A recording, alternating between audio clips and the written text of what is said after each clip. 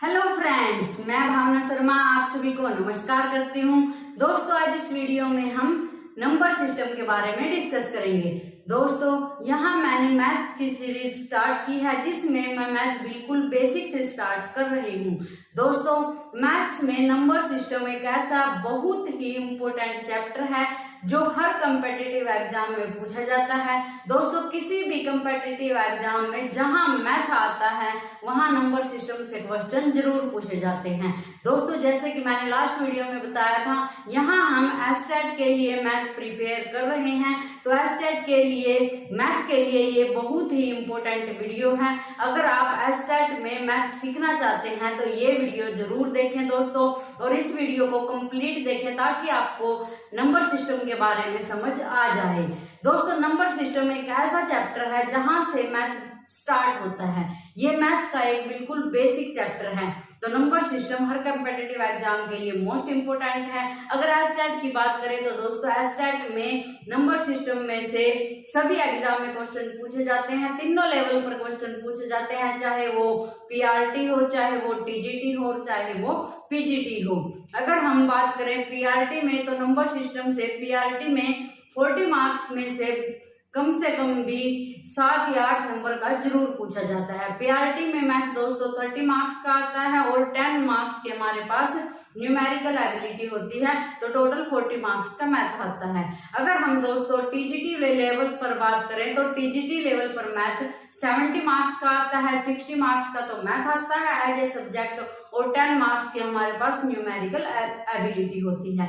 तो दोस्तों, ऐसे ही हमारे पास पीजीटी लेवल पर भी मैथ 70 मार्क्स का आता है, 60 मार्क्स का हमारे पास सब्जेक्ट के रूप में मैथ होता है और 10 मार्क्स का हमारे पास न्यूमेरिकल एबिलिटी में होता है। तो दोस्तों 70 मार्क्स का मैथ पीजीटी में होता है। तो दोस्तों, नंबर सिस्टम से तीनों लेवल पर क्वेश्चन पूछे जाते हैं। तो ये हमारे लिए एक मोस्ट इंपोर्टेंट चैप्टर है। और सबसे पहले दोस्तों, मैंने नंबर सिस्टम ही क्यों लिया है, क्योंकि दोस्तों नंबर सिस्टम ही मैथ का एक बेसिक चैप्टर है जहां से हम मैथ सीखना स्टार्ट करते हैं। अगर आपको दोस्तों मैथ से डर लगता है या फिर आपको मैथ बिल्कुल भी नहीं आता है तो ये वीडियो देखें दोस्तों। इस वीडियो से आपको मैथ बहुत ही आसान लगेगा। मैं आपको इतने अच्छे तरीके से कंसेप्ट क्लियर करवाऊंगी कि आपको मैथ अच्छे से समझ आ जाएगा। तो दोस्तों, अगर आप 0 लेवल से भी मैथ स्टार्ट कर रहे हो तो ये वीडियो कंप्लीट देखें, आपको मैथ पक्का समझ आ जाएगा अगर आप मैथ को समझने की कोशिश करोगे।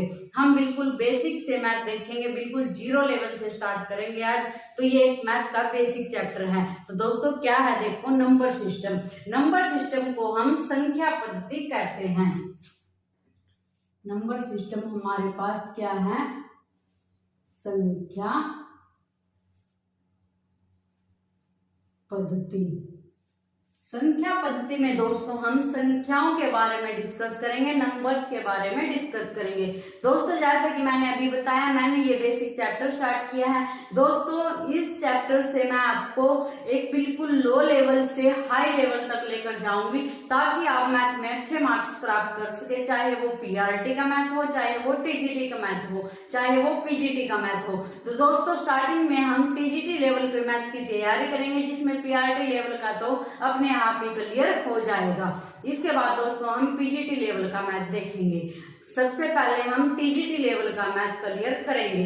तो दोस्तों, इसमें सबसे पहला चैप्टर है वो नंबर सिस्टम है। नंबर सिस्टम में हम संख्या पद्धति के बारे में देखेंगे कि क्या है हमारे पास ये। अगर नंबर सिस्टम की बात करें तो दोस्तों नंबर सिस्टम में हम नंबर्स के बारे में देखेंगे। नंबर को हम क्या कहते हैं, संख्या।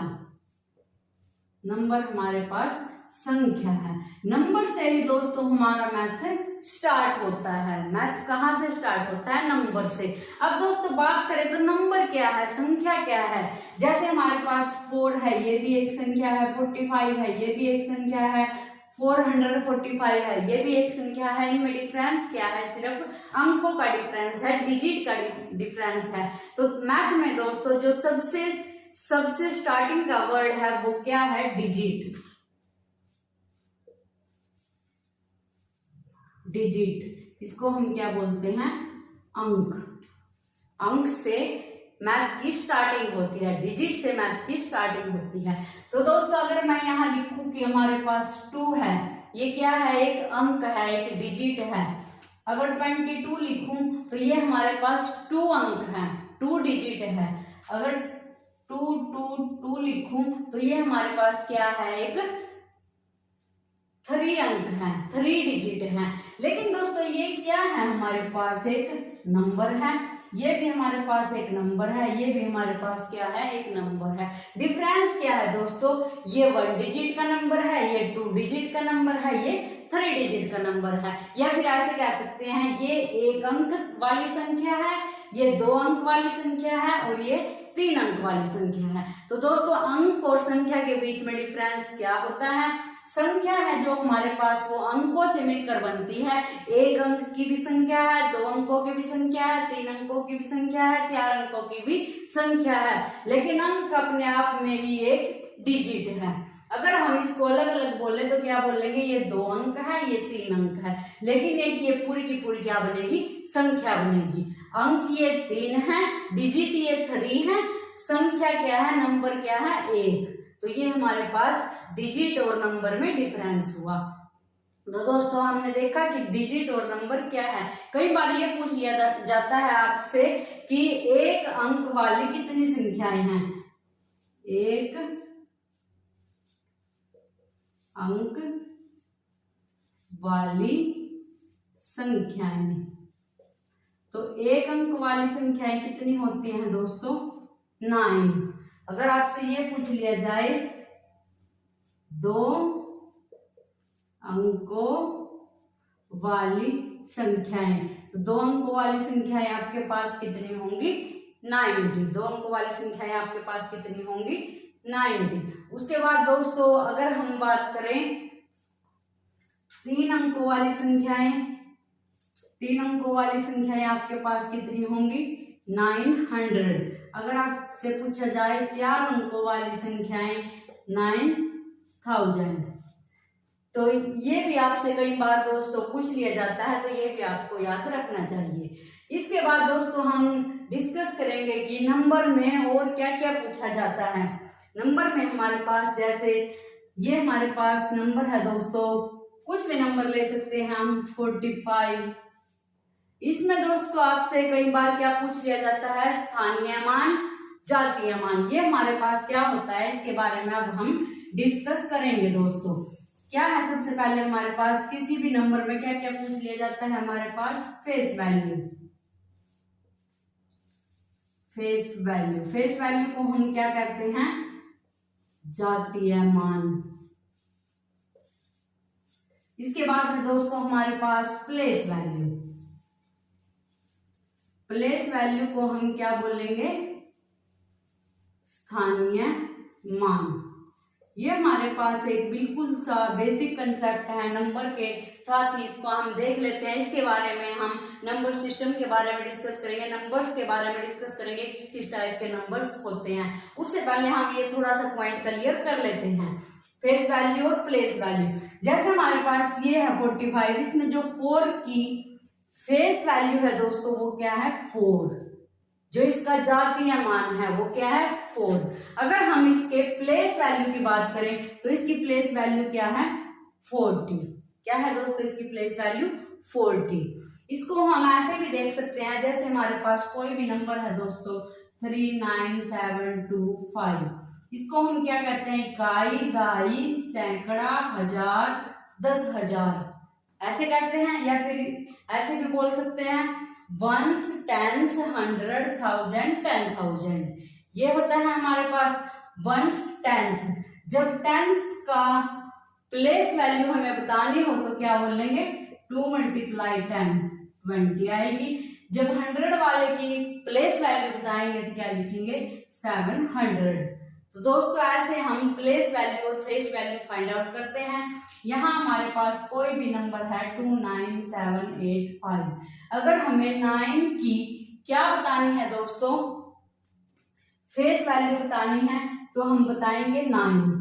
अगर हम बोले कि 9 की प्लेस वैल्यू क्या है, तो 9 के बाद 3 अक्षर है, तो 3 अंक है, तो 30 लगा देंगे।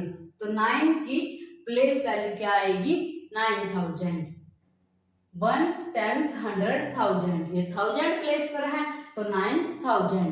तो ऐसे आपने दोस्तों फेस वैल्यू और प्लेस वैल्यू निकाल लेनी है। इसमें से क्वेश्चन दोस्तों कैसे पूछा जाता है, ये बोल देगा कि ये नंबर है आपके पास, इसमें 9 की फेस वैल्यू और प्लेस वैल्यू की एडिशन बताओ, फेस वैल्यू और प्लेस वैल्यू में डिफरेंस क्या है, या फिर इसमें जितने भी 9 हैं उनकी प्लेस वैल्यू को ऐड करो या फिर उनकी फेस वैल्यू को ऐड करो, या फिर 5, 9, 8 की प्लेस वैल्यू में क्या क्या प्लेस वैल्यू को ऐड करेंगे तो क्या मिलेगा। ऐसे इनसे क्वेश्चन पूछ लिया जाता है।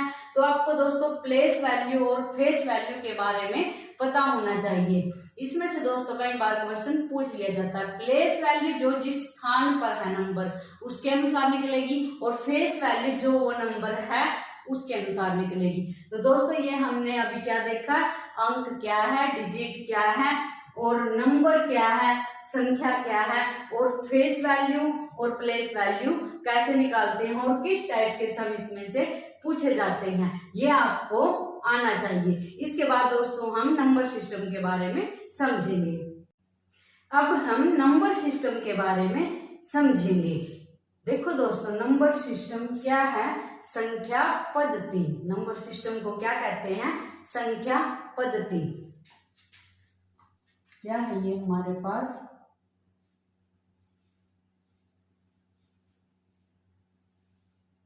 संख्या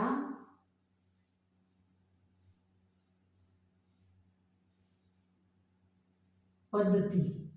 नंबर सिस्टम में हम नंबर्स के बारे में डिस्कस करेंगे। नंबर हमारे पास संख्या,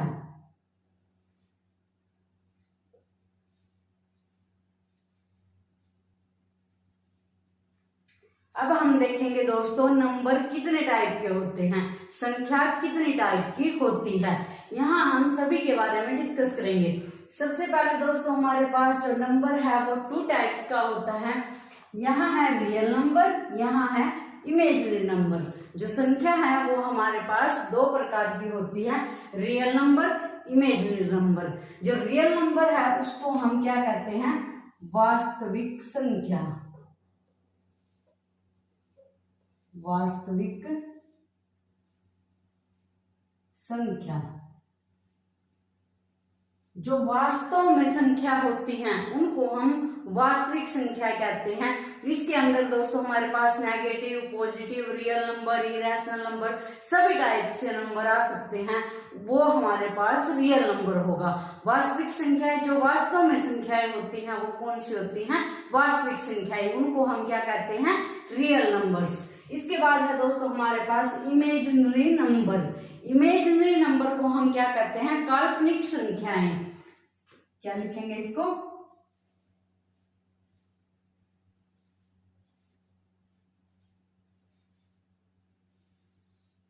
काल्पनिक संख्याएं, इमेजिनरी नंबर्स। क्या है ये, काल्पनिक संख्याएं। ये सिर्फ कल्पनाओं में होती हैं दोस्तों, ये रियलिटी में नहीं है, तो इनको क्या बोलेंगे, काल्पनिक संख्याएं या फिर इमेजिनरी नंबर। ये किस टाइप के नंबर होते हैं दोस्तों, ये आयोटा वाले नंबर होते हैं, और आयोटा की वैल्यू हमारे पास क्या होती है, √-1। ये हमारे पास क्या है, आयोटा की वैल्यू है। तो आयोटा वाले नंबर्स होते हैं जो उनको क्या कहते हैं, इमेजिनरी नंबर्स। अब दोस्तों इमेजिनरी नंबर्स और रियल नंबर से मिलकर हमारे पास कॉम्प्लेक्स नंबर बनता है। कॉम्प्लेक्स नंबर को हम कहते हैं जटिल संख्या। जटिल संख्या, कॉम्प्लेक्स नंबर दोस्तों a+ आयोटा b, इस टाइप का होता है हमारे पास कॉम्प्लेक्स नंबर अर्थात जटिल संख्या। इसमें जो हमारे पास a है वो रियल नंबर होता है, a क्या होता है हमारे पास, रियल नंबर, और b भी क्या होता है हमारे पास, रियल नंबर, और जो आयोटा b है हमारे पास वो क्या है दोस्तों, इमेजिनरी नंबर।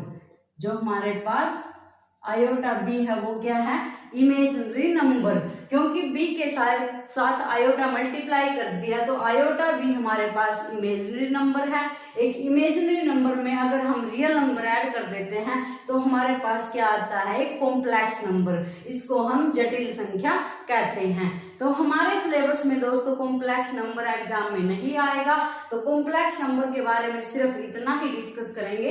इसके बाद हम देखते हैं जो हमारे पास रियल नंबर्स है वो 2 टाइप्स का होता है, रैशनल नंबर्स, इरैशनल नंबर्स। जो हमारे पास रैशनल नंबर है उनको हम प्रीमेय संख्या कहते हैं। रैशनल नंबर हमारे पास प्रीमेय संख्या,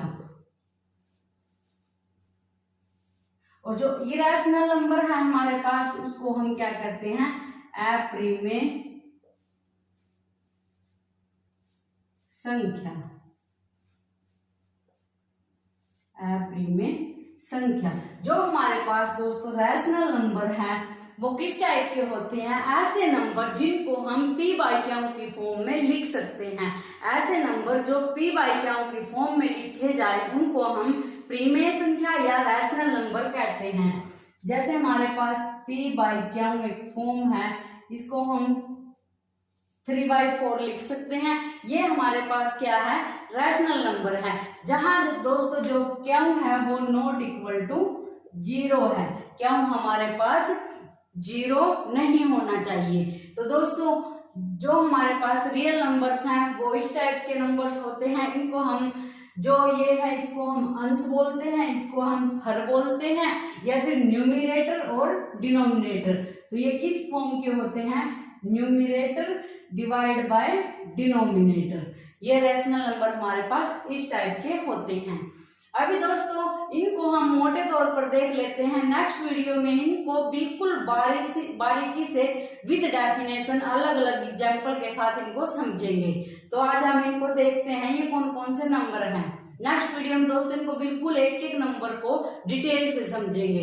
तो रैशनल नंबर के बारे में हमने क्या देखा, ये p बाई क्यू के फॉर्म में लिखे जाते हैं जहां क्यू नॉट इक्वल टू 0 है। और इरैशनल नंबर दोस्तों अप्रीमेय संख्या जिनको p बाई क्यू के फॉर्म में नहीं लिख सकते वो हमारे पास इरैशनल नंबर होते हैं। जैसे हमारे पास √2 है, √3 है, ये हमारे पास क्या है, इरैशनल नंबर है। इरैशनल नंबर क्यों है, क्योंकि इनको हम p बाई क्यू के फॉर्म में नहीं लिख सकते। क्यों नहीं लिख सकते दोस्तों, क्योंकि √2 की वैल्यू हमारे पास 1.414 अप टू 1 चलती रहती है। इसको हम p बाई क्यू के फॉर्म में नहीं लिख सकते क्योंकि ये हमारे पास एक नंबर नहीं आता प्रॉपर फ्रैक्शन वाला, तो इसको हम इरैशनल नंबर बोलेंगे। इसको हम p बाई क्यू के फॉर्म में नहीं लिख सकते।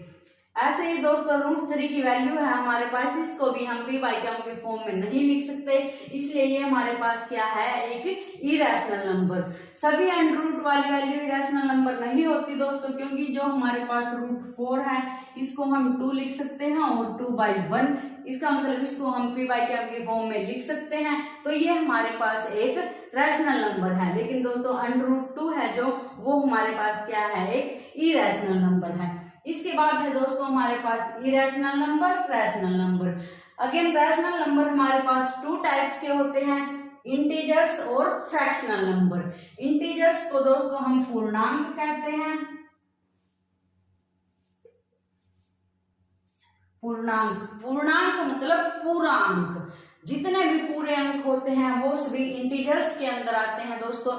इसमें हमारे नेगेटिव वाले नंबर भी आते हैं, पॉजिटिव वाले नंबर भी आते हैं और 0। जैसे हमारे पास पूरा अंक क्या है, 1 है, 2 है, 3 है, ये क्या है, पूरे अंक है। तो ये सभी क्या इंटीजर्स हैं। 0 भी एक इंटीजर्स है, -2 -8 इंटीजर्स हैं। जो हमारे पास पूरे अंक हैं उनको हम इंटीजर्स में शामिल करते हैं। तो इंटीजर्स हमारे पास पूर्णांक होते हैं, जो पूरे अंक होते हैं। उसके बाद दोस्त हमारे पास फ्रैक्शनल नंबर। फ्रैक्शनल नंबर को हम भिन्नात्मक संख्या कहते हैं।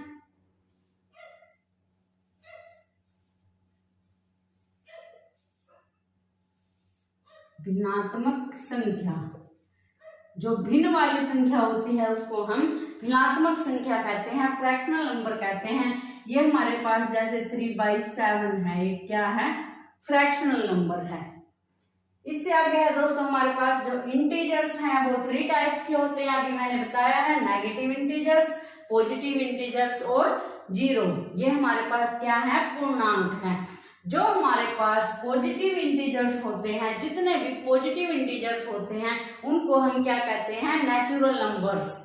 अगर हिंदी में देखें तो दोस्तों नेगेटिव इंटीजर्स को हम ऋणात्मक पूर्णांक कहते हैं, ऋणात्मक पूर्णांक कहते हैं। जो हमारे पास पॉजिटिव इंटीजर्स हैं उसको हम धनात्मक पूर्णांक कहते हैं, और जो हमारे पास जीरो है उसको हम शून्य कहते हैं।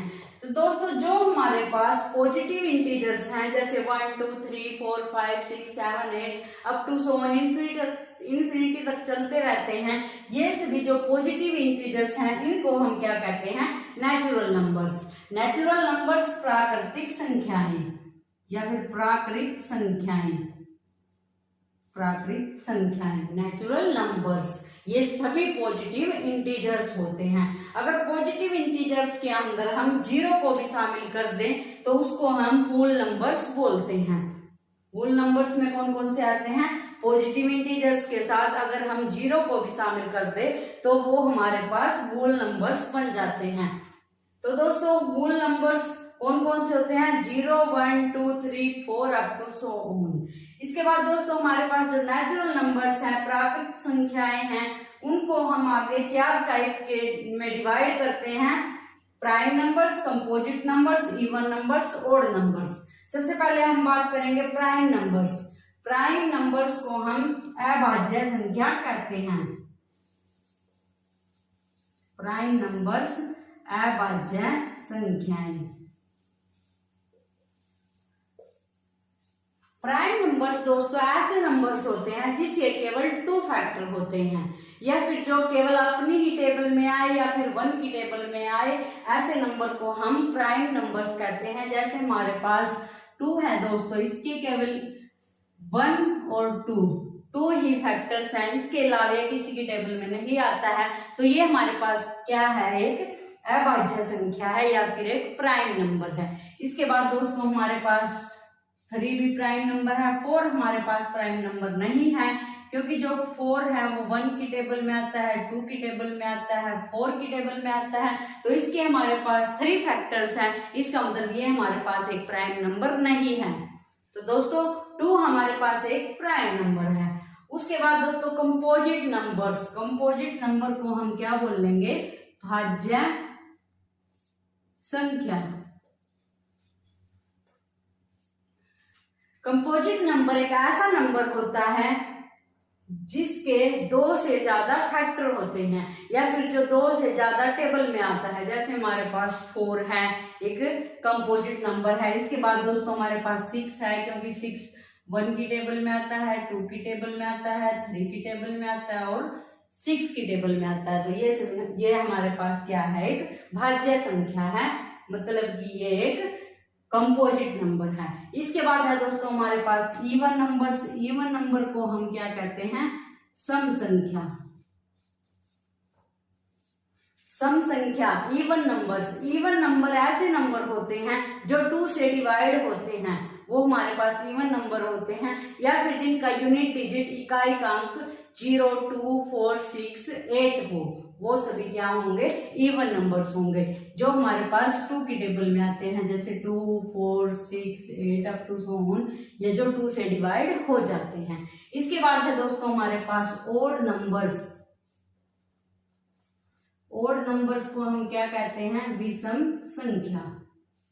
विषम संख्या, ऑड नंबर्स। ऑड नंबर्स दोस्तों ऐसे नंबर होते हैं जो 2 से डिवाइड नहीं होते हैं, जो 2 की टेबल में नहीं आते हैं, या फिर जो 2 से पूरा डिवाइड नहीं होते हैं। जैसे हमारे पास 3 एक ऐसा नंबर है जो 2 से डिवाइड नहीं होता है, 5 एक ऐसा नंबर है जो 2 से डिवाइड नहीं होता है, तो ये हमारे पास क्या है, ऑड नंबर्स। तो दोस्तों आज हमने नंबर सिस्टम में नंबर्स के बारे में समझा कि नंबर किस किस टाइप के होते हैं। दोस्तों आज हमने इनके बारे में थोड़ा थोड़ा देखा। नेक्स्ट वीडियो में दोस्तों हम एक एक नंबर को पूरे डिटेल से समझेंगे।